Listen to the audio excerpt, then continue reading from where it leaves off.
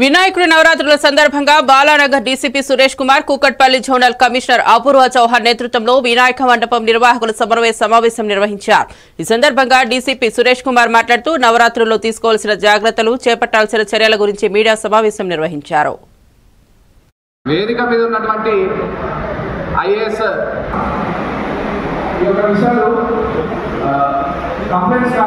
గత సంవత్సరం లాగా ఈసారి కూడా గణేష్ నిమజ్జనం చాలా సమర్థవంతంగా చేయాల్సి ఉంటుంది.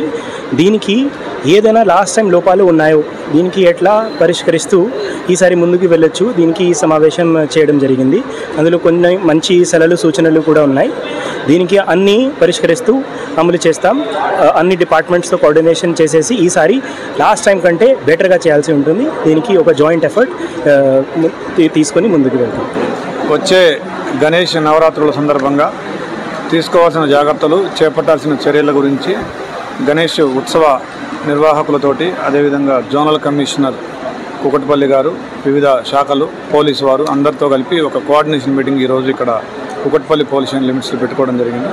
దీనికి సంబంధించి ఆర్గనైజర్స్ నుంచి వాళ్ళ యొక్క సూచనలు, సలహాలు, వాళ్ళకి ఎదురయ్యే ఇబ్బందులు అన్నీ తెలుసుకోవడం జరిగింది. దానికి వివిధ డిపార్ట్మెంట్ నుంచి వివిధ అధికారులు స్పందించారు.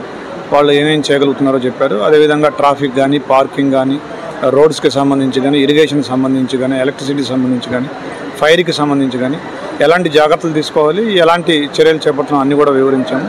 ఇది